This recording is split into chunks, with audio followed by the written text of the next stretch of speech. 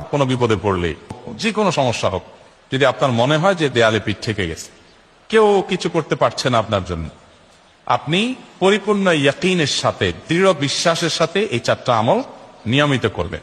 ইনশাআল্লাহ গুলি মিস হতে পারে, আপনার দোয়া মিস হবে না।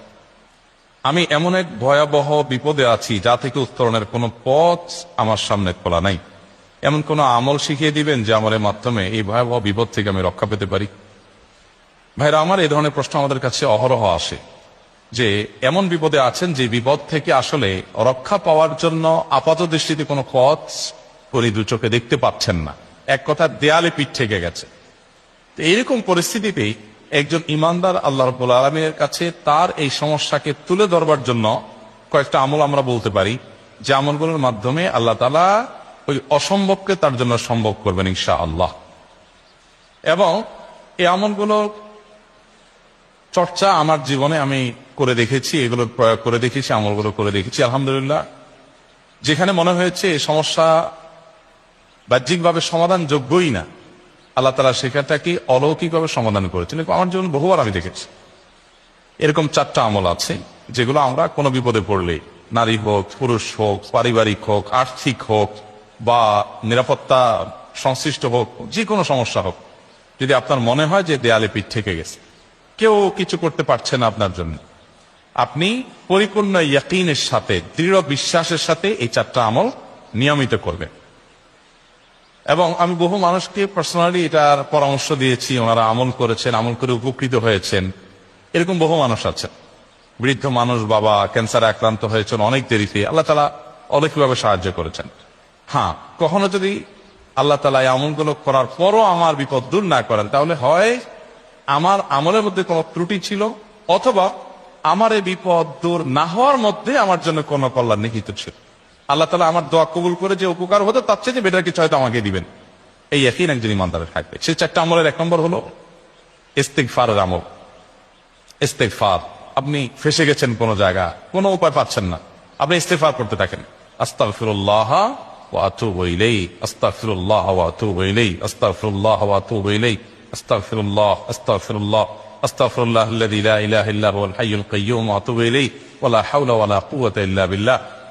اللهم أنت ربي لا إله إلا أنت خلقتني وأنا عبدك وأنا على عهدك ووعدك ما استطعت أعوذ بك من شر ما صنعت أبوء لك بنعمتك علي وأبوء لك بذنبي فاغفر لي فإنه لا يغفر الذنوب إلا أنت سيد الاستغفار। এভাবে যে কোনো ইস্তেগফার পড়তে থাকেন, আপনি বেশি বেশি করে আল্লাহর কাছে ইস্তেগফার, ক্ষমা প্রার্থনা করতে থাকেন, খুব বেশি, আপনার দুই ঠোঁটে অনবরত আপনি চাইতে থাকেন আল্লাহর কাছে ক্ষমা। এই ইস্তেগফার সম্পর্কে নবী করিম সাল্লাল্লাহু আলাইহি ওয়াসাল্লাম বলেছেন, মান লাজিমাল ইস্তেগফার, যে ব্যক্তি ইস্তেগফারকে আঁকড়ে ধরবে, আঁকড়ে ধরা মানে কি, এটা ছাড়বে না, সেই করতেই থাকবে অনবরত, টয়লেটে যাওয়ার সময়টা, ঘুমের সময়টা, খাওয়ার সময়টা বাদে, অবসর নামাজের সময়টা বাদে, সারাক্ষণ সে ইস্তেগফার করবে। এরকম যদি কেউ করে, আল্লাহ রাব্বুল আলামিন জাআলাল্লাহু লাহু মিন কুল্লি হাম্মিন ফারাজা ওয়া মিন কুল্লি দীকিন মাখরাজা, সকল পেরেশানি থেকে, সকল টেনশন থেকে বের হওয়ার পথ আল্লাহ তাআলা অলৌকিকভাবে তার জন্য আবিষ্কার করে দিবেন। এবং আমি আমার জীবনে যেটা বলেছিলাম, বিস্তারিত বলতে চাই না, এরকম এরকম পরিস্থিতি আসছে যে চোখের সামনে কোনো আপাতত রক্ষার কোনো পথ আর খোলা নেই, এমন ভয়াবহ বিপদ, ইস্তেগফার করতে করতে এমন ভাবে আল্লাহ তাআলা সাহায্য করেছেন যে এটা কল্পনা করলেও মনে হয় যে স্বপ্নের মতো। কিভাবে এখন এই লোক এই জায়গায় আসলো আমার সাহায্যের জন্য, এই লোক তো এটা এই জায়গায় আসার কথা না, টিকুনি এসে হাজির হয়ে গেলেন এবং উপকারটা, আমার সমাধানটা হয়ে গেল সমস্যা। তো আলহামদুলিল্লাহ, বহুবার আমি পরীক্ষা করেছি, আর আমার পরীক্ষার দুই পয়সার দাম নাই, হাদিসে বলা আছে, গ্যারান্টি দেওয়া আছে, আমার পরীক্ষা করলেই কি না করলেই। তাহলে একটা আমল হলো কি, ইস্তেগফার, সব সময়ের জন্য এটা কন্টিনিউয়াস করবেন, আর এমনি অবসর সময় ইস্তেগফার করবেন। আরবদের মধ্যে সৌন্দর্য আছে, তারা বিভিন্ন ডাক্তারের ওয়েটিং রুমে বা বিভিন্ন জায়গায় মানুষ যেখানে অপেক্ষা করে পাবলিক প্লেস গুলোতে লিখে রাখে ইস্তেগফার করুন, আপনার হাইওয়ে গুলোর পাশে লেখা থাকে ইস্তেগফার করুন, এবং তারা আসলে একটু পরপর দেখা যায় ইস্তেগফার করে। ভালো মন্দ গুণ সবার মধ্যে আছে, তাদের এই ভালো গুণটা আছে, ইস্তেগফার বেশি বেশি করা। আমরা ইস্তেগফার সচরাচর এইভাবে অনবরত অবসর সময় করার অভ্যাস অনেকের মধ্যেই নাই, আমরা এটা চালু করবো ইনশাআল্লাহ। বিশেষ করে যখন কোনো সমস্যা হবে, তখন ইস্তেগফার চলতে থাকবে মুখে অনবরত, ধীরে ধীরে মহব্বতের সাথে নিজেকে, নিজের পাপ অপরাধগুলোর কথা স্মরণ করে আল্লাহর কাছে মাফ চাইতে থাকবে, পেরেশানি দূর হবে ইনশাআল্লাহ। এক। নাম্বার দুই, দুরুদ নবী করিম সাল্লাল্লাহু আলাইহি সাল্লামের প্রতি দুরূদ পাঠ করা, এটা যদি আপনি নিয়মিত করতে থাকেন মহব্বতের সাথে, আল্লাহুম্মা সাল্লি আলা মুহাম্মদ ওয়া আলা আলি মুহাম্মদ কামা সাল্লাইতা আলা ইব্রাহিম ওয়া আলা আলি ইব্রাহিম ইন্নাকা হামিদুম মাজিদ, আল্লাহুম্মা বারিক আলা মুহাম্মদ ওয়া আলা আলি মুহাম্মদ কামা বারাকতা আলা ইব্রাহিম ওয়া আলা আলি ইব্রাহিম ইন্নাকা হামিদুম মাজিদ। আপনি একবার ছোট দুরূদ যদি পড়েন সাল্লাল্লাহু আলাইহি ওয়াসাল্লাম, সাল্লাল্লাহু আলাইহি ওয়াসাল্লাম, আল্লাহুম্মা সাল্লি আলা মুহাম্মদ ওয়া আলা আলি মুহাম্মদ, শুধু এইটুকু পড়েন। জাযাল্লাহু আন্না মুহাম্মাদাম মা হুয়া আহলু, শুধু এইটুকু করেন। আপনি এভাবে যে কোনো দুরূদ নবী করিম সাল্লাল্লাহু আলাইহি ওয়াসাল্লাম যদি পড়েন এবং পড়তে থাকে অনবরত, ইস্তিগফারের পাশাপাশি দুরূদের ক্ষেত্রে নবী করিম সাল্লাল্লাহু আলাইহি ওয়াসাল্লাম বলেছেন যে এইটা তোমার জন্য যথেষ্ট হয়ে যাবে। তুমি যদি আল্লাহর কাছে আর কোনো দোয়া করতে না পারো, শুধু দুরূদটা পড়ো, তোমার সব পেয়ে যাবে, কিচ্ছু লাগবে না। এক সাহাবী বলছেন, রাসূলুল্লাহ আমার দোয়ার মধ্যে দুরূদ কত পার্সেন্ট রাখবো? আমি তো আমার অনেক কিছু আল্লাহর কাছে চাইবো, দুরূদ মানে তো নবীজির জন্য দোয়া, মানে আমার জন্য তো আমি দোয়া করবো, আপনার জন্য দোয়া কত পার্সেন্ট করবো? 1/3, 1/4, তারপরে হাফ, এবার বিভিন্ন পার্সেন্টেজ বলছিলেন তিনি। নবী করিম সাল্লাল্লাহু আলাইহি ওয়াসাল্লাম বলেছেন যে হ্যাঁ, এর বেশি করতে পারলে আরো ভালো, আরো ভালো। তো ভদ্রলোক এর বেশি, ওই সাহাবী রাদিয়াল্লাহু তাআলা আনহু, তিনি এর বেশি বাড়াতে একটা পর্যায়ে বলছেন যে আমি সব দোয়া আপনার জন্য করি। নবী করিম সাল্লাল্লাহু আলাইহি ওয়াসাল্লাম বলেছেন তাহলে তোমার আর কোনো দোয়াই করতে হবে না, এর মধ্যে সব দোয়া চলে আসবে।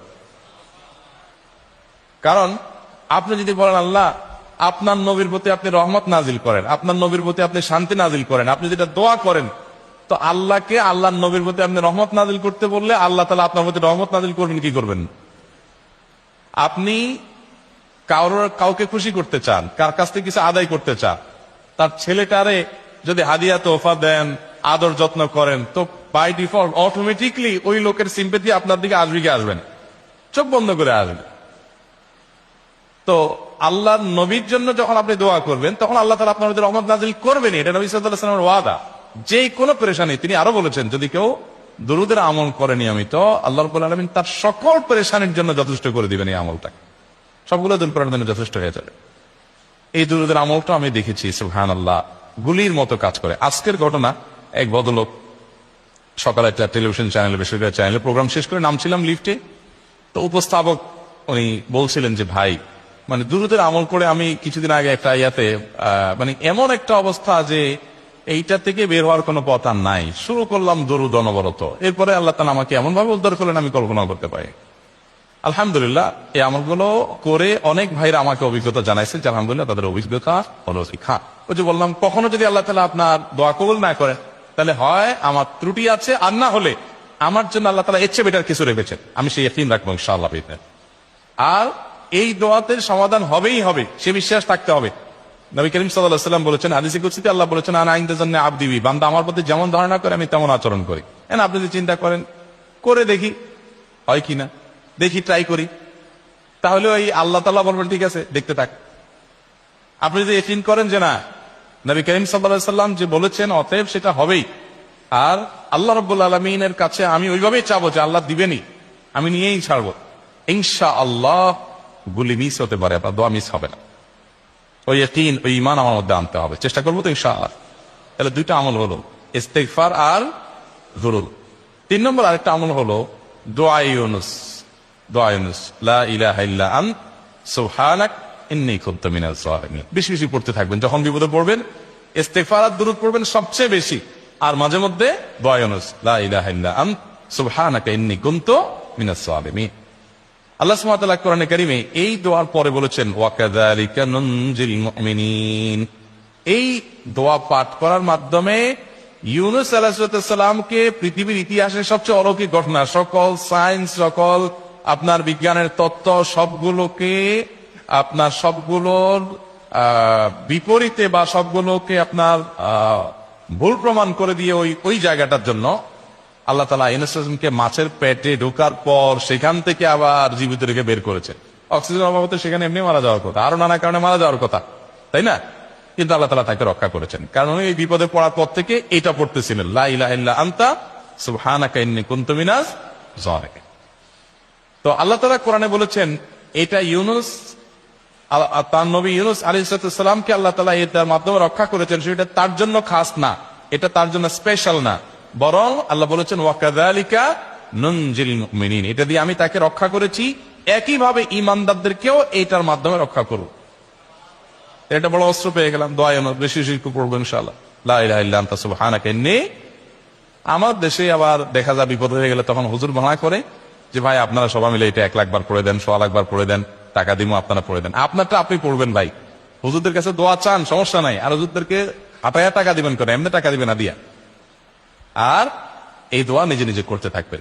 ইউনূস আলাইহিস সালাম ওই সময় কি লোক ঠিক করছিলেন যে ভাই আপনারা সবাই দোয়া রোজ পড়েন, আমি গেলাম, আমি মাছের পেটে গেলাম, আপনারা বসেন সবাই দোয়া রোজ পড়া দেন, করছেন উনি? ওনারটা অনেক করছেন, তো আপনারটা আপনি শুরু করবেন। দোয়া ইউনূস না। 4 নম্বর আমল হলো ইয়া যাল জালালি ওয়াল ইকরাম। এটা বেশি বেশি করে পাঠ করবেন। নবী করিম সাল্লাল্লাহু আলাইহি ওয়াসাল্লাম বলেছেন আলিজ্জু বিয়া যাল জালালি ওয়াল ইকরাম।